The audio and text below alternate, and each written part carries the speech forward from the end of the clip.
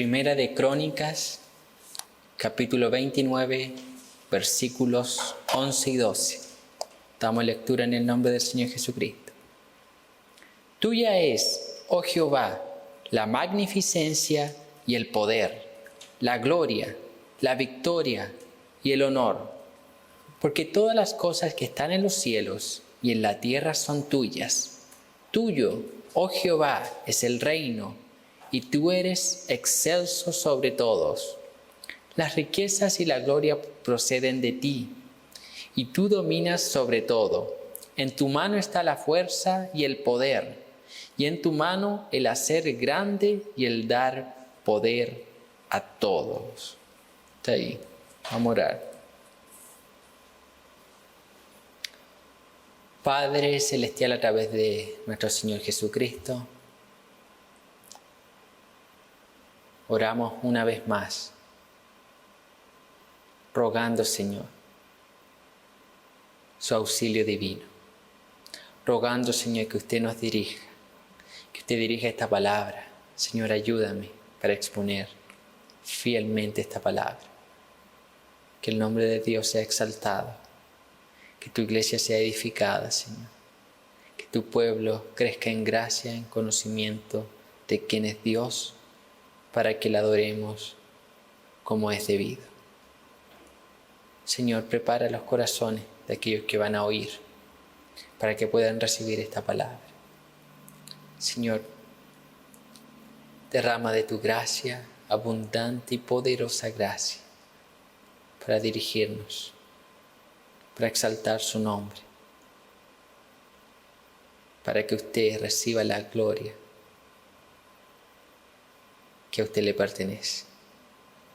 En el nombre de Jesús, amén y amén.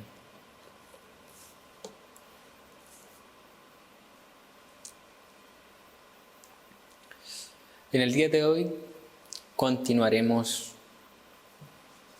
con nuestra serie sobre los atributos o perfecciones o propiedades de Dios. Y en este día, dando la continuidad, como decía anteriormente, a esta serie, veremos la supremacía de Dios. La supremacía.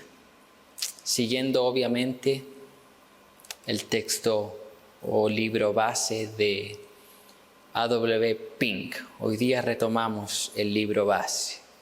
Nos salimos en estas últimas 3 predicaciones porque no abordaba esos 3 atributos que vimos en estas últimas semanas. Y ya ahora volvemos al libro de A.W. Pink. Volvemos con la supremacía de Dios.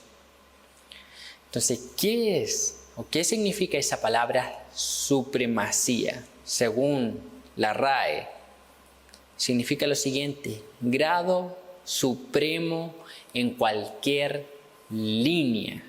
Y la segunda definición de la RAE es preeminencia, superioridad jerárquica. O sea, cuando hablamos de la supremacía de Dios, estamos diciendo que Dios está en primer lugar. Dios está por encima de todo. Dios está por encima de su creación. Dios está por encima del universo. Dios está por encima de cualquier cosa, tanto material o espiritual, que nosotros conozcamos o sepamos. Él está por encima de todo. Entonces, cuando hablamos de la supremacía de Dios, estamos hablando que Dios está por encima de todo y que Él está por encima de todo gobernando, que Él está por encima de todo como Rey, como Señor. Él está gobernando y tiene el control de todo. Eso significa la supremacía de Dios. Y siguiendo la línea de A.W. Pink, es interesante que él comienza, antes de hablar sobre este atributo, la supremacía de Dios, comienza hablando sobre el desconocimiento de Dios. o el título que lleva específicamente el libro es No conocemos a Dios.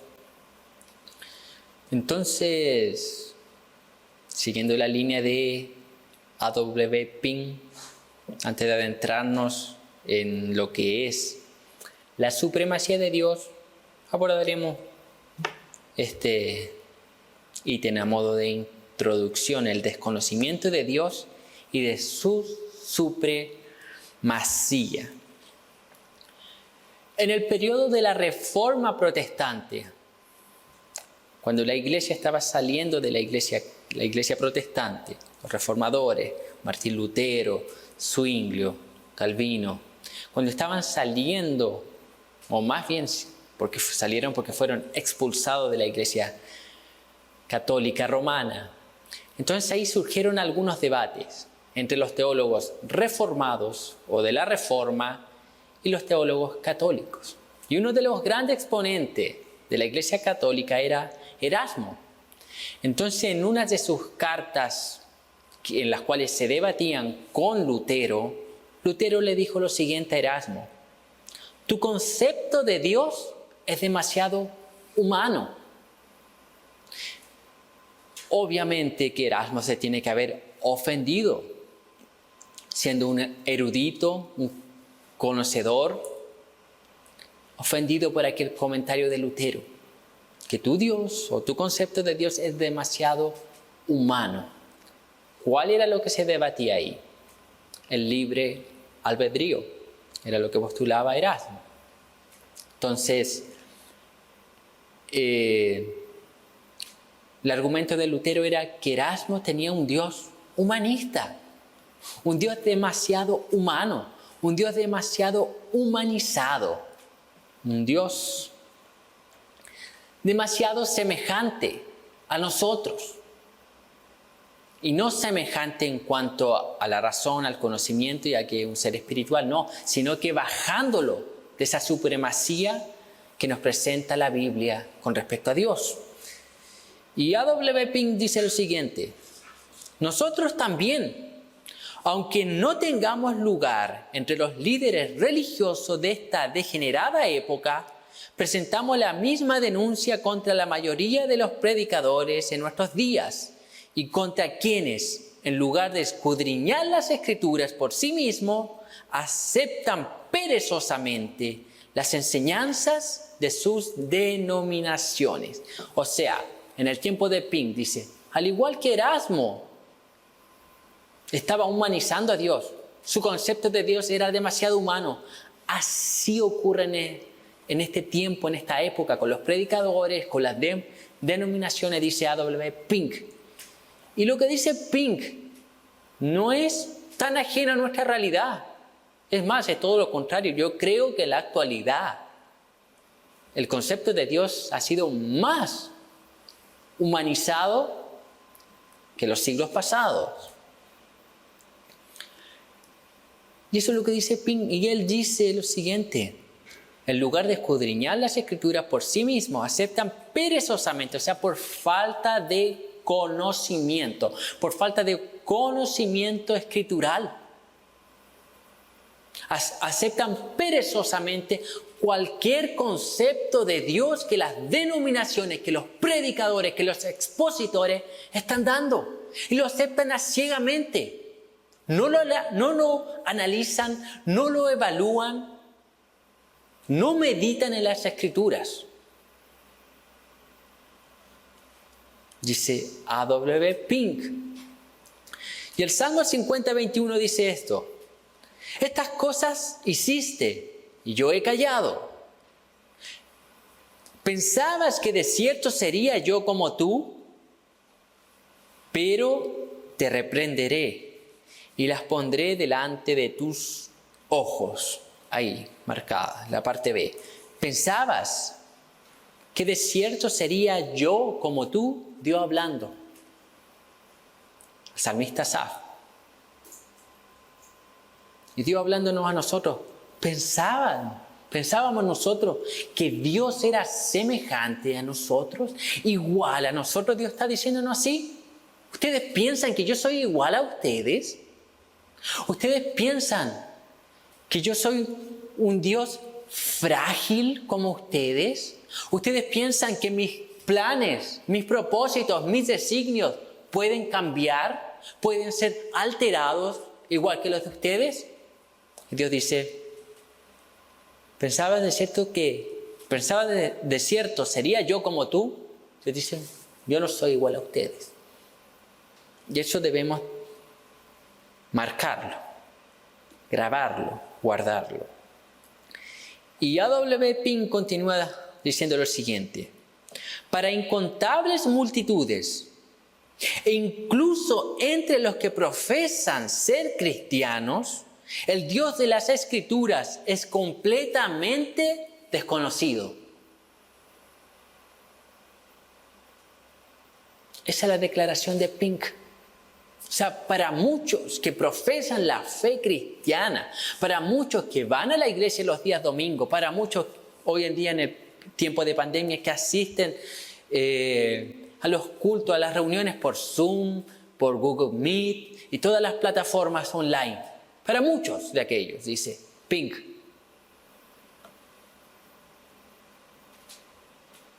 El Dios de las Escrituras es completamente desconocido. Están adorando a otro Dios.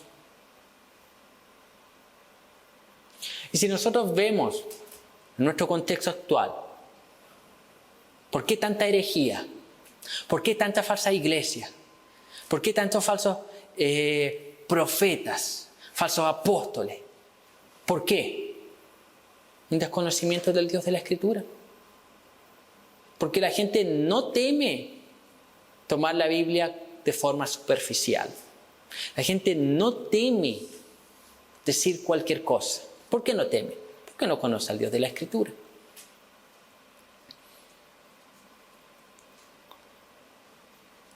Entonces, para incontables multitudes, incluso entre los que profesan ser cristianos, el Dios de las Escrituras es completamente desconocido.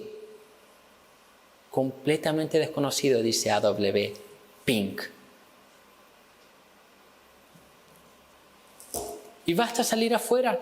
¿Cuántas personas? Usted comienza a dialogar con las personas, comienza a hablar de Dios. Es que Dios ama a todos. No, es que Dios no. El concepto del infierno eterno, es muy chocante, ¿no?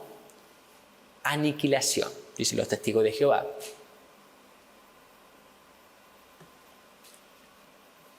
Mi Dios no se enoja. Mi Dios no reprende. Mi Dios no corrige. Mi Dios no disciplina. Dicen mucho ahí afuera. Claro que su Dios no hace nada de aquello. ¿Por qué? Es un Dios con minúscula. Es un Dios que no existe. No puede hacer nada. Es un ídolo.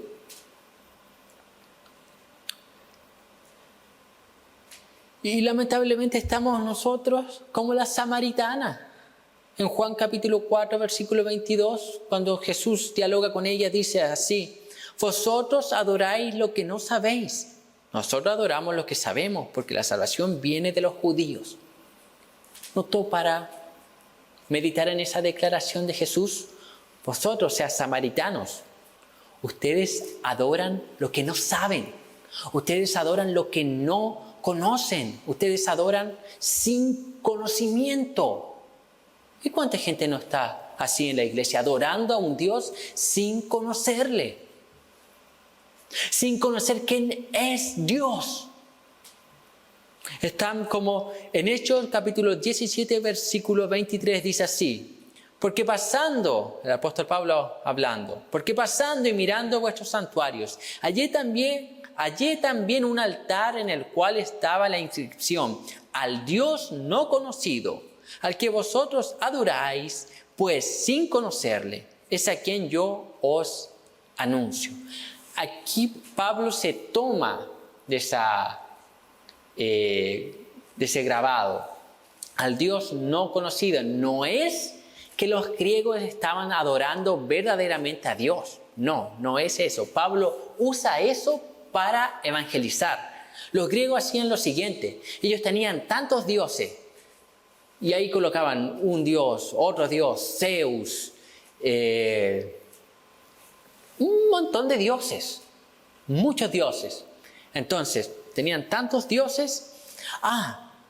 Es que por si acaso, si se nos olvida adorar a un Dios, coloquemos ahí al Dios no conocido, por si acaso. O sea, eran idólatras. Eran idólatras. Entonces, ellos por si acaso adoraban a un Dios desconocido, a un Dios que ellos no conocían. ¿Y cuántos creyentes están así, adorando a un Dios desconocido? Están adorando al Dios que no conocen. Es por eso que nos presentamos muchas veces de cualquier forma ante la adoración a Dios. Nos presentamos de cualquier forma en oración. Nos presentamos de cualquier forma en el culto público. ¿Por qué razón? ¿No conocemos a Dios? ¿No conocemos la supremacía de Dios? Estamos adorando a un Dios desconocido. Estamos adorando a Dios como cualquier cosa, como nosotros pretendemos, más no como la Escritura enseña. Y es más, nosotros tenemos mucho más respeto ante los hombres que al propio Dios. ¿Por qué? Porque cuando yo tengo una reunión con alguien importante, un abogado, un gerente, en el trabajo, en la universidad, en cualquier situación de la vida, con alguien importante, con alguien que está en eminencia, en primer lugar, yo voy arreglado bien. Yo me presento con cuidado. Yo soy puntual. Yo temo de decir cualquier palabra. Yo no quiero ofender a esa persona porque esa persona es importante. Dios es mucho más importante que esa persona. Y no le tememos de la misma forma que tememos a los hombres. ¿Por qué? Adoramos lo que no conocemos.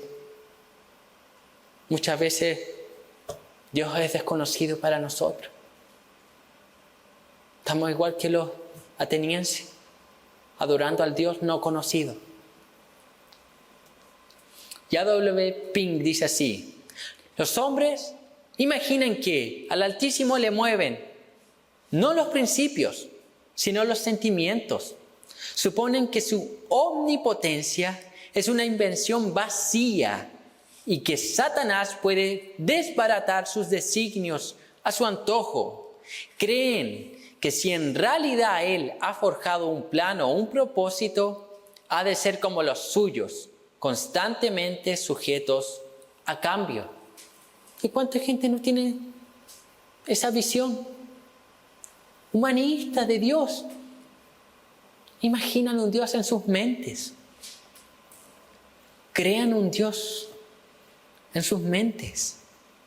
Y piensan que a Dios le mueven los sentimientos. Es más, hay una doctrina que enseña que Dios no tiene sentimientos. Un desconocimiento de Dios. Piensan que su omnipotencia, dice Pink, es una invención vacía. Que Satanás puede alterar el propósito de Dios, mi hermano. ¿Y cuánta gente piensa así? Que el diablo esto, que el diablo acá, que Satanás acá, es que Satanás me hizo pecar, es que Satanás va a obstruir, es que tenemos que amarrar, atar, para que Satanás no pueda impedir el obrar de Dios. ¿Qué es eso? Yo creo en un Dios omnipotente, un Dios bíblico. Ese es el Dios de la Escritura, un Dios omnipotente que tiene poder. Nada ni nadie puede alterar su plan, sus propósitos, sus designios.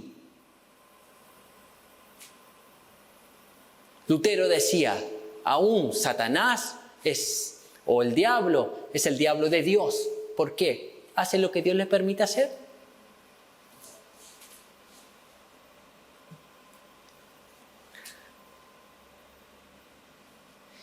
Y esa visión de que el propósito de Dios puede ser alterado, el propósito de Dios puede cambiar, está sujeto a cambio.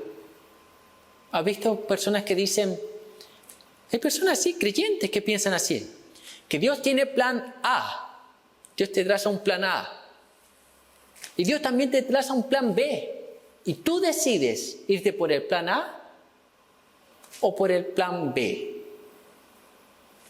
Creyente, no estamos hablando ni de salvación, ni que va de vida o muerte, no. Ellos están diciendo que tanto el plan A y el plan B es propósito de Dios y van a llegar al cielo. Ahí usan eso, voluntad permisiva. Yo no veo eso en la Biblia. Yo veo un designio. Yo veo un Dios que decreta. Y Él ya decretó todo lo que tendría que ocurrir en este mundo. Y lo que Él decretó es lo que ocurre. Entonces, ¿por qué? ¿Está viendo cuántas doctrinas yo aquí hablé, cosas erradas? ¿Por qué surgen? Falta de conocimiento de Dios. Y Pink dice lo siguiente, el Dios, entre comillas, con minúscula, el Dios del cual suele hablarse desde el púlpito, el que se menciona en gran parte de la literatura religiosa actual, el que se predica en la mayoría de las llamadas conferencias bíblicas, es una invención de la imaginación humana, una ficción del sentimentalismo, una ficción. ¿Y cuánta gente no se crea un Dios en su mente?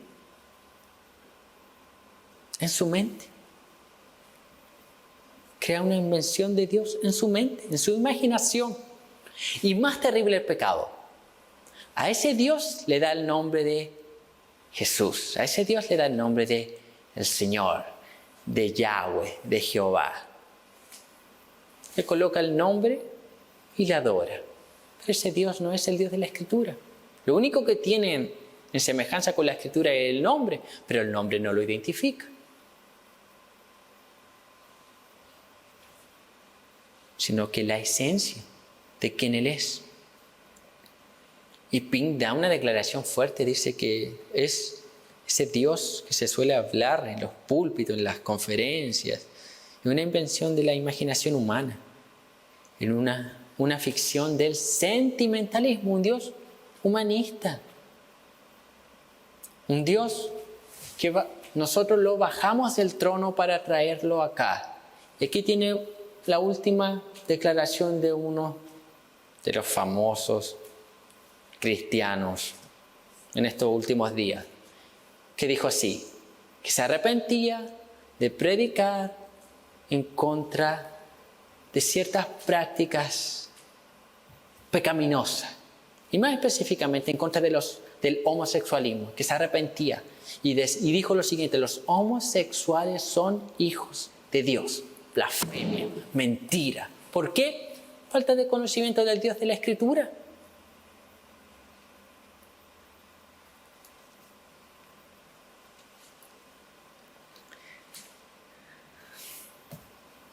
Entonces Pink comienza aquí hablando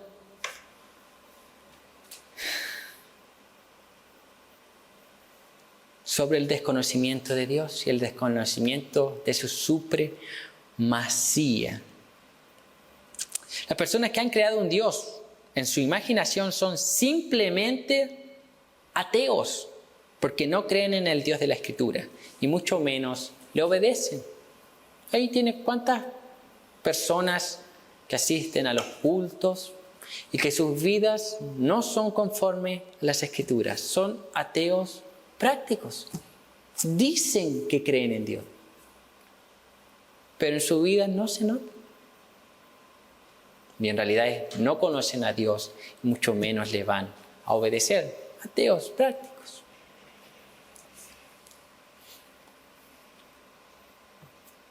Un Dios humanista, sentimentalista, que sus designios pueden ser frustrados, no es digno de adoración. Es un Dios igual a nosotros. O sea, ni siquiera se puede dar el título de Dios. Es un ser igual a nosotros, humanista, que cambia. Pero nosotros hemos venido estudiando que el Dios de la Escritura no es así. Es un Dios omnipotente, todopoderoso. Es diferente a nosotros. es eterno. Y aquí también hay personas que ya han oído esto, cuando hablan que Dios solamente actúa en el campo espiritual y en el campo físico, Dios no actúa. Eso somos nosotros. ¿Dónde está la omnipotencia de Dios? Un Dios todopoderoso. Ahí debemos tener cuidado con el designio de Dios, los decretos y nuestra responsabilidad. Ambas cosas van de la mano. Pero Dios tiene el control de todo. De todo. Entonces ahora veremos en qué consiste la supremacía de Dios. Veremos por qué razón A.W. Pink comienza en este capítulo, cuando se habla de la supremacía, hablando del desconocimiento de Dios. ¿Por qué? Y de su supremacía. Porque ahora va a presentar, ahora veremos, a la luz de la palabra de Dios, al Dios de la Escritura, a ese Dios que está por encima de todo, a ese Dios que está en primer lugar, a ese Dios que gobierna, a ese Dios que tiene todo bajo control, a ese Dios que es supremo. Entonces veremos ahora en qué consiste la supremacía de Dios. Primero, Dios es Rey de reyes y Señor de señores. A.W. Pink dice así: la distancia infinita que existe entre las más poderosas criaturas y el Creador Todopoderoso es prueba de la supremacía del Dios viviente y verdadero. O sea, esa distancia, esa diferencia. Coloquemos la diferencia. Nosotros habitamos aquí en la tierra. Dios habita, y Él decidió habitar en el tercer cielo. Hay una distancia enorme. Imagínense, el ser humano no conoce el universo completamente. Imagínense, no conocemos, nosotros estamos en un planeta ahí, nosotros somos un pequeño grano, como dice Agustín de Hipona, somos un pequeño paréntesis en todo este cuadro grande. Y Dios habita fuera del universo, fuera del universo. Entonces, así como esa distancia que hay entre Dios y nosotros, así está es la diferencia de su ser. La distancia infinita que existe entre las más poderosas criaturas y el Creador Todopoderoso es prueba de su supremacía del Dios viviente, verdadero. O sea, esa distancia que hay donde habitamos nosotros y Dios, evidencia de la supremacía, que Él está por encima de todo, que Él es el primero en todo. Pink dice así: si todos los ciudadanos del cielo y todos los habitantes de la tierra se reunieran en rebelión contra Él, no le ocasionarían inquietud alguna. ¿No? O sea, si todo el mundo, tanto en el cielo y en la tierra, se rebelase contra Dios y quisiera ir contra Él, Dios ni se inmutaría. ¿Por qué? Si está a otro nivel. Él es supremo. Ve lo que dice el Salmo 2, versículos 2 al 4. Dice así: se levantarán los reyes de la tierra y príncipes consultarán unidos contra Jehová y contra su ungido, diciendo: rompamos sus ligaduras y echemos de nosotros sus cuerdas. El que mora en los cielos se reirá, el Señor se burlará de ellos. Los días finales. Día final. Entonces es absurdo. Si todo el mundo se rebelase contra Él, se reirá, porque es absurdo ir en contra de Él.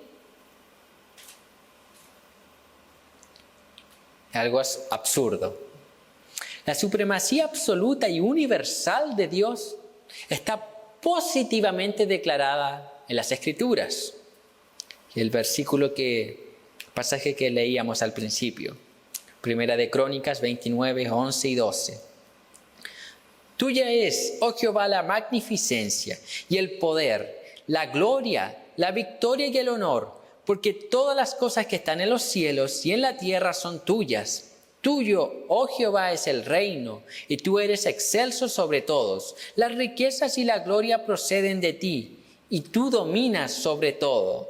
En tu mano está la fuerza y el poder, y en tu mano el hacer grande y el dar poder a todos. Él gobierna todo, Él está por encima de todo. Y notó lo que dice el texto aquí. Y tú dominas. El texto no dice, y tú dominarás en el futuro. El texto dice, y tú dominas. O sea, Dios está dominando todo. Dios está gobernando todo. Dios tiene todo bajo control. No hay nada que escape del dominio de Dios.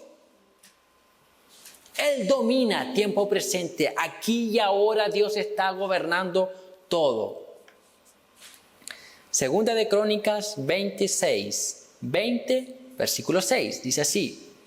Y dijo, Jehová Dios de nuestros padres, ¿no eres tú Dios en los cielos y tienes dominio sobre todos los reinos de las naciones? ¿No está en tu mano tal fuerza y poder que no hay quien te resista?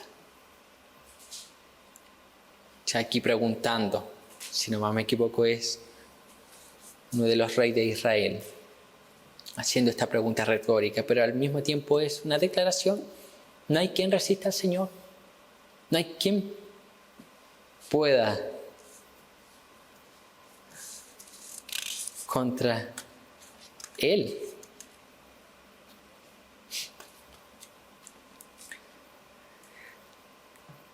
Job 23, 13 dice así. Pero si Él determina una cosa, ¿quién lo hará cambiar? Su alma deseó e hizo. Yo no sé si hay algún pasaje más claro que este. No hay nada que pueda alterar el plan de Dios, los designios de Dios. ¿Quién lo hará cambiar? Dice Job. Su alma deseó e hizo. Job 42, 2 dice así. Yo conozco que todo lo puedes y que no hay pensamiento que se esconda de ti. O sea, primero, yo conozco que todo lo puedes. Todo lo que Dios se propone, Él lo hace. Todo lo que Él se propone, Él lo ejecuta. No hay nada que pueda impedir el obrar de Dios. ¿Por qué? Su supremacía. Él es supremo, Él está por encima de todo, Él está gobernando todo. Todo. Nosotros a veces tenemos, tomamos algo, aquí el reloj, tomamos algo en las manos. Nos dirigimos a otro lado, caminando, de repente nos tropezamos y se nos cae, o lo alcanzamos a tomar. Con Dios no ocurre así. Dios tiene todo el tiempo ahí. ¿Usted cree que Dios tropieza? No. Dios tiene todo el tiempo ahí, todo bajo control. Nosotros pensamos que a veces las cosas no están ocurriendo como deberían. Dios está ahí tranquilo diciéndolo, tranquilo. Pandemia, tranquilo, está dentro de mi decreto. Tengo todo bajo control. Aquí no ha pasado nada.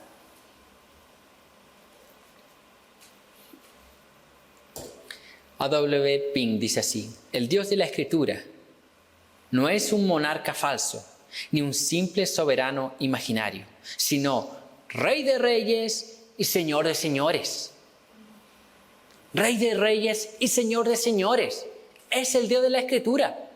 No es un Dios humanista, no es un Dios que cambia, no es un Dios que le mueven los sentimientos, las emociones. No, es un rey y rey de reyes, y es un señor y señor de señores. La supremacía aquí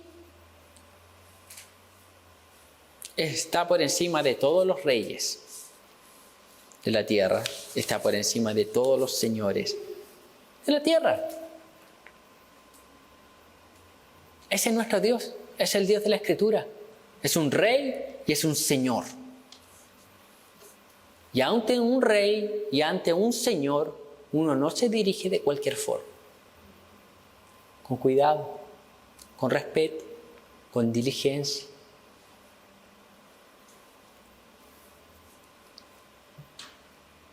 Segundo,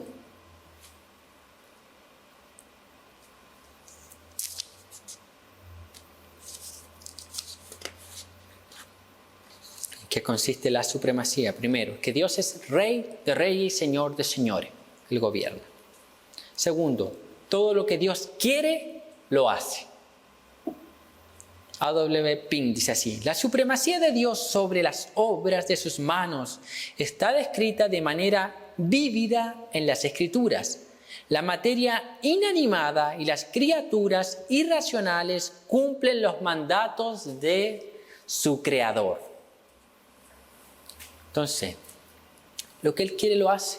Él está gobernando toda su creación, e incluso aquellas criaturas inanimadas se someten al gobierno de ese rey, al gobierno de ese señor. Y la Escritura lo muestra claramente, dice Pink. Y escucha aquí: al mandato de Dios, el mar rojo se dividió. La tierra abrió su boca para tragarse a los rebeldes.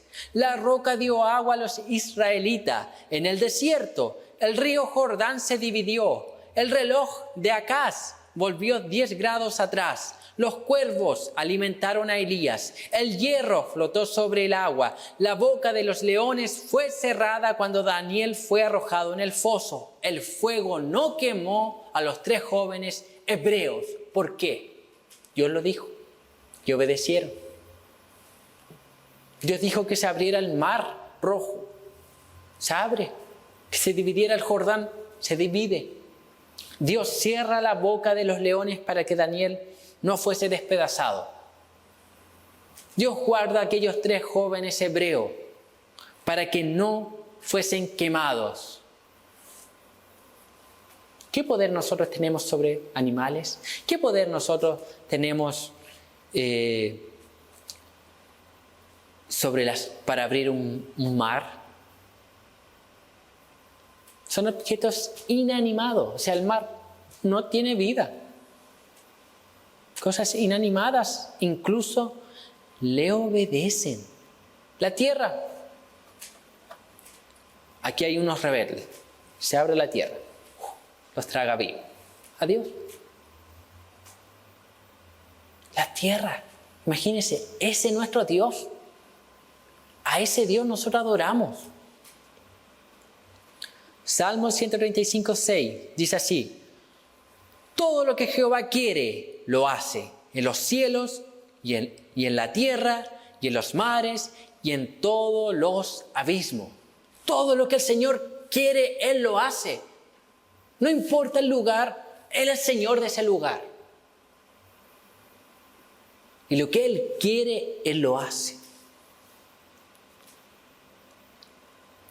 La supremacía de Dios, dice Pink, se demuestra también en su gobierno perfecto sobre la voluntad de los hombres. Dios aún gobierna a los hombres. Éxodo 34:24 dice así: porque yo arrojaré a las naciones de tu presencia y ensancharé tu territorio, y ninguno codiciará tu tierra cuando subas para presentarte delante de Jehová, tu Dios, 3 veces al año. Entonces, el pueblo conquistó la tierra. Y cuando el pueblo subía a Jerusalén, subía para rendir culto al Señor, hacer sacrificio. La promesa del Señor era que los pueblos alrededor no conquistarían la tierra. Porque si los hombres iban, el escenario era perfecto. Mientras ellos estaban peregrinando rumbo a Jerusalén, adorando a Dios, que los enemigos se apoderaran de esas tierras, tomaran cautivos a los niños, a las esposas. Era el escenario perfecto. Ahora, ¿qué impedía que los pueblos vecinos no quisieran tomar la tierra mientras el pueblo no estaba en ella? ¿Qué impedía?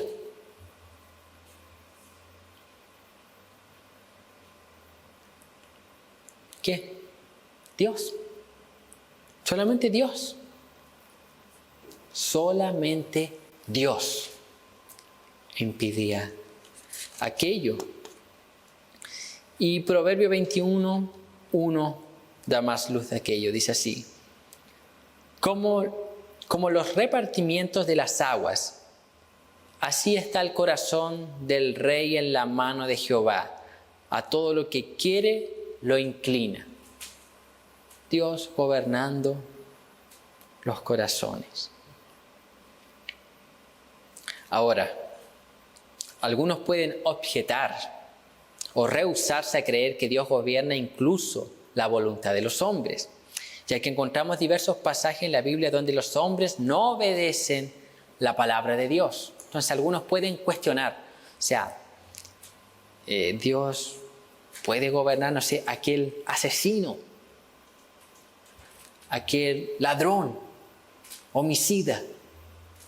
Dios puede gobernar incluso a aquellos, a los malvados. ¿Sí? ¿Cómo? Aquí A.W. Pink responde: la norma de conducta que Él, Dios, nos ha dado no es cumplida perfectamente por ninguno de nosotros. Sin embargo, sus propios consejos eternos son cumplidos hasta el más minucioso de los detalles. O sea, aquí se refiere cuando Dios gobierna, o el gobierno de Dios en los hombres, en toda la humanidad, en toda su creación, tiene relación con los designios de Dios, con lo que Dios ya determinó, ya decretó en la eternidad pasada. No tiene relación con la palabra de Dios revelada, con la ley moral de Dios, no, sino con el decreto de Dios.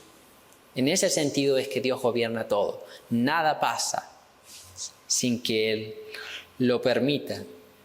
Y la supremacía absoluta y universal de Dios se afirma con igual claridad, como en el Antiguo Testamento, asimismo se afirma con esa misma claridad y certeza en el Nuevo Testamento. Y Efesios 1:11 dice así: en Él asimismo tuvimos herencia, habiendo sido predestinados conforme al propósito del que hace todas las cosas según el designio de su voluntad. ¿Por qué? ¿Por qué Él puede hacer todas las cosas según el designio de su voluntad? Porque Él es rey, Él gobierna, Él hace lo que quiere. Y es interesante que aquel hace en el griego significa hacer efectivamente. O sea, no es que va a ser alterado su designio, no es que su designio pueda cambiar, alguien puede obstruirlo, no, va a ser efectivamente, porque Él así lo determinó. Y es por esa razón, por causa de que Él gobierna todo, lo cual es evidencia de su supremacía, es que Pablo dijo lo siguiente en Romanos 11:36, porque de Él y por Él y para Él son todas las cosas. A Él sea la gloria por todos los siglos. Amén. ¿A quién? Al único Rey soberano, al Señor de señores, al Eterno, al Dios creador, a ese Dios que decretó todas las cosas por el poder de su palabra, la sustenta. A ese Dios que es Rey, Señor, al Dios de la Escritura, al Dios que protege a su pueblo, al Dios que nada externo le puede afectar, al Dios que nada externo puede hacer cambiar sus planes. A ese Dios, dice Pablo, sea la gloria por todos los siglos de los siglos. Entonces, ese Dios es supremo, ese Dios gobierna, ese Dios es Rey, ese Dios es Señor, ese Dios está gobernando aquí y ahora, tiene todo bajo control. Entonces, culminando, Dios es supremo y nuestra adoración le pertenece solamente a Él. Nuestra adoración no puede estar dividida con alguien o con alguna cosa. Nuestra adoración debe ser íntegra, completa a Él, a ese Rey supremo, a ese Señor, al Creador del universo.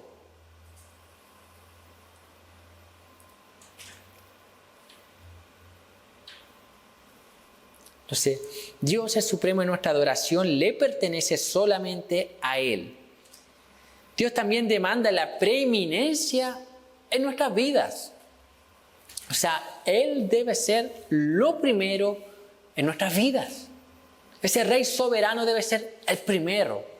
No hay nada ni nadie que puede ocupar el lugar de Dios en nuestras vidas. Si hay algo que está ocupando el lugar de Dios en mi vida, yo estoy pecando. Yo estoy cayendo en idolatría. Entonces, nada ni nadie puede ocupar el primer lugar en nuestras vidas, a no ser Dios. El dinero no puede ocupar el primer lugar, ¿no? Los bienes materiales no pueden ocupar el primer lugar. Los hijos no pueden ocupar el primer lugar. Los esposos, las esposas no pueden ocupar el primer lugar, ¿no? Nuestro trabajo no puede ocupar el primer lugar. Nuestro tiempo no puede ocupar el primer lugar, ¿no? No, nada. Nada ni nadie puede ocupar el primer lugar. Solamente Dios, ya que Él es supremo, demanda preeminencia en nuestra vida.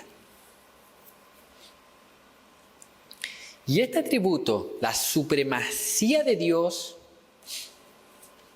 debe traernos paz a nuestros corazones. La supremacía de Dios, a Dios como Rey, Señor, a Dios gobernando, a Dios teniendo todo bajo control, debe traernos paz a nuestras vidas, debe traer descanso a nuestras vidas, porque vivimos en un mundo acelerado, vivimos en un mundo agitado, vivimos en un mundo donde todo es rápido, vivimos en un mundo que fue sujeto a pecado. Cada día la sociedad se degrada más y más. Cada vez vemos cosas más pecaminosas, vemos cosas más horrorosas, cada escándalo, cosas que son absurdas ocurrir. Pecados, ya en realidad, cuando parece que lo hemos visto todo, aparece algo más.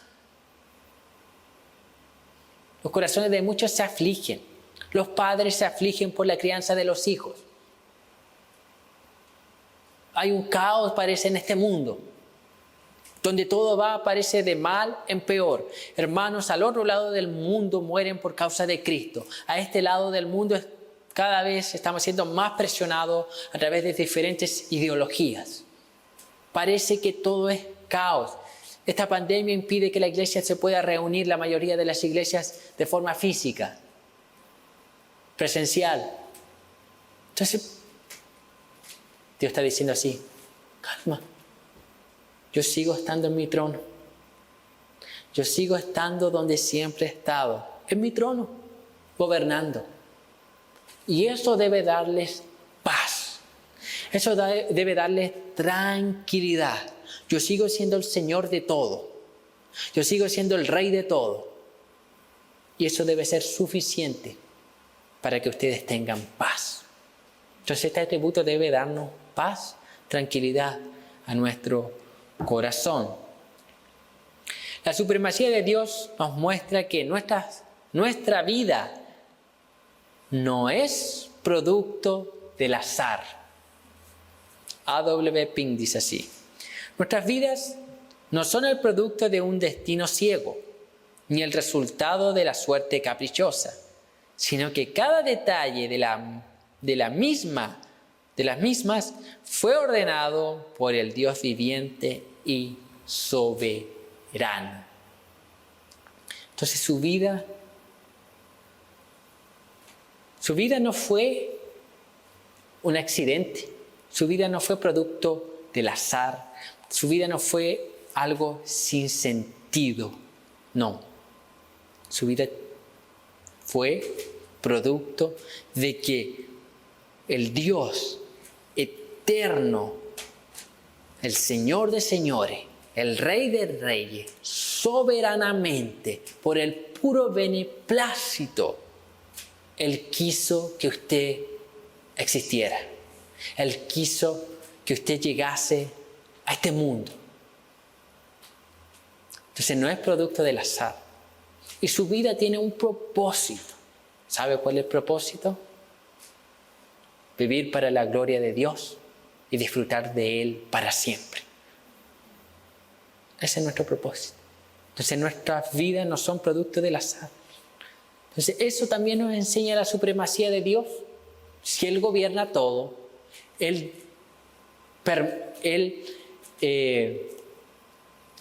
determinó todo, Él incluso determinó que nosotros naciésemos, que usted naciese, que usted viniese a la existencia.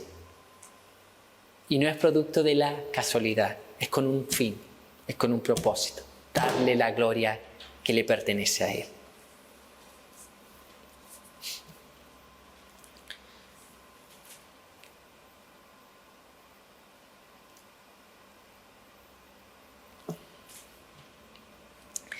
Y la supremacía de Dios, así como los otros atributos de Dios, también nos da una mayor iluminación con respecto al Evangelio.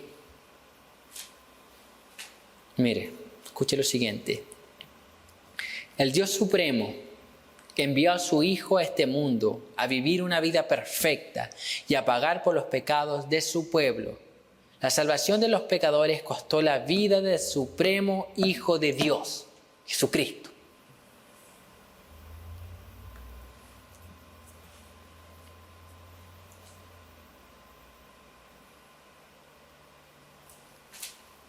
Entonces,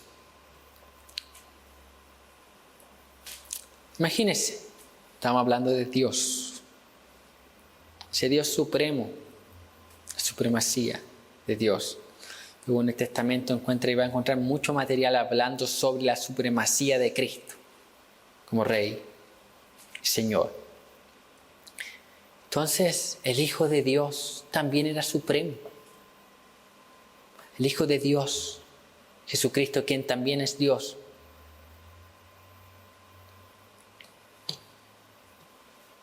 también era supremo. Y la salvación de los pecadores costó la vida del Supremo Hijo de Dios. Mire, pensemos en los reyes de la tierra. Reyes de la tierra, reyes humanos. Los reyes gobiernan, dirigen, tienen que cumplir con ciertos deberes, ¿sí? Pero también el cumplir con ciertos deberes les lleva también a recibir como beneficio ciertos privilegios. Entre mayor el deber, mayor son los privilegios. Entonces, los reyes gozan de ciertos privilegios.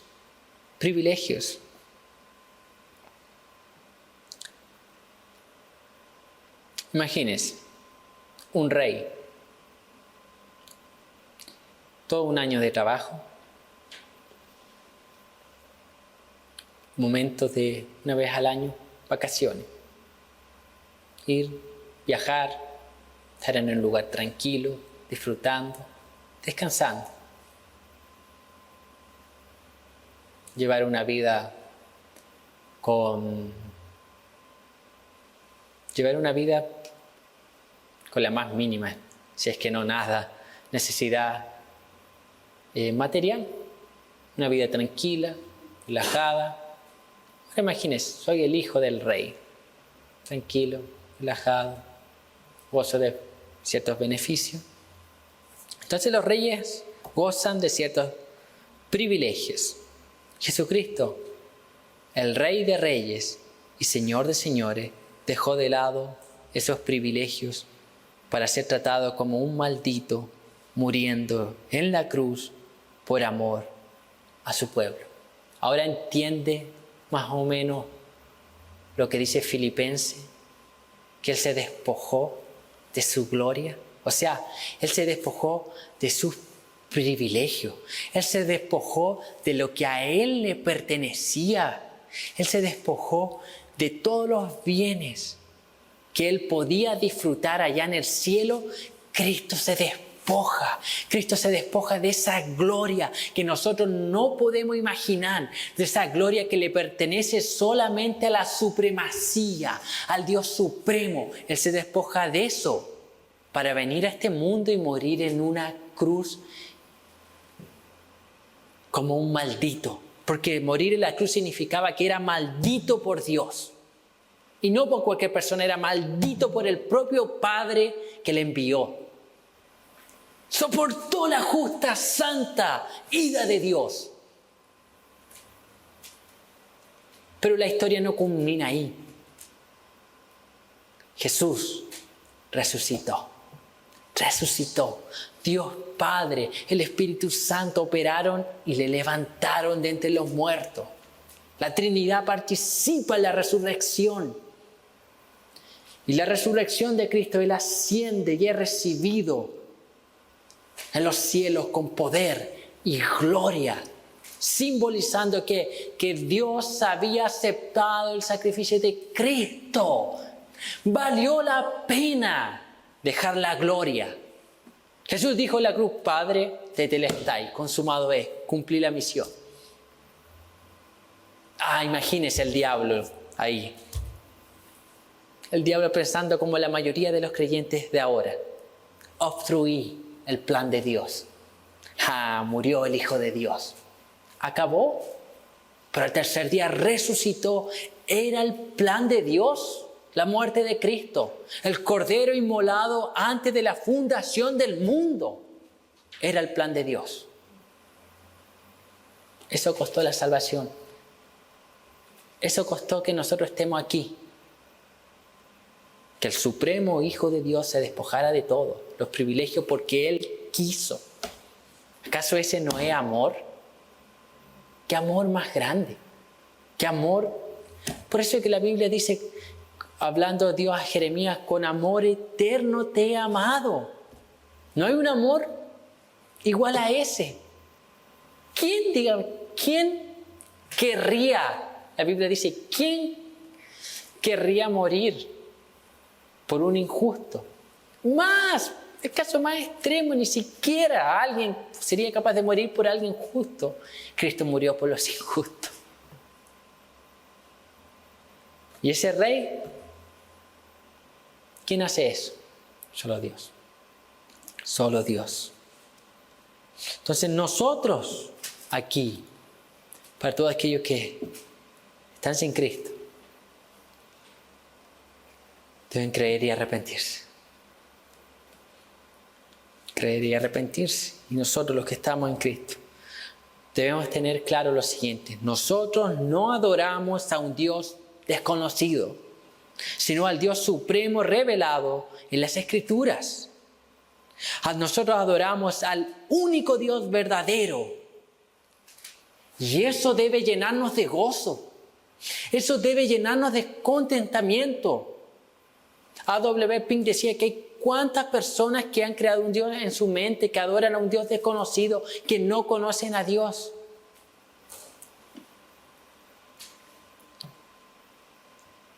Por lo menos en el día de hoy algo hemos conocido de Dios. Sabemos que Él es supremo y que Él demanda que nosotros le adoremos. Entonces nosotros ya no adoramos a un Dios desconocido. Adoramos al Dios de la Escritura y eso debe, imagínense, ese Dios supremo, ese Dios eterno, ese Dios que es Rey, que está sobre el universo. Ese Dios se quiso revelar a los hombres a través de su palabra. Y a través de su palabra Él se da a conocer con un lenguaje antropomórfico, usando formas humanas para que podamos conocer algo de Él. Y hoy nosotros estamos conociendo algo de Él. Y eso debe llenarnos de gozo, de alegría. Hay muchas personas que están ahí afuera que no conocen al Dios de la Escritura. Dios no ha permitido conocerle algo de Él. Debe ser suficiente para llenarnos de gozo, para sentirnos alegres en Él. Amén. Vamos a doblegar nuestras cabezas y orar.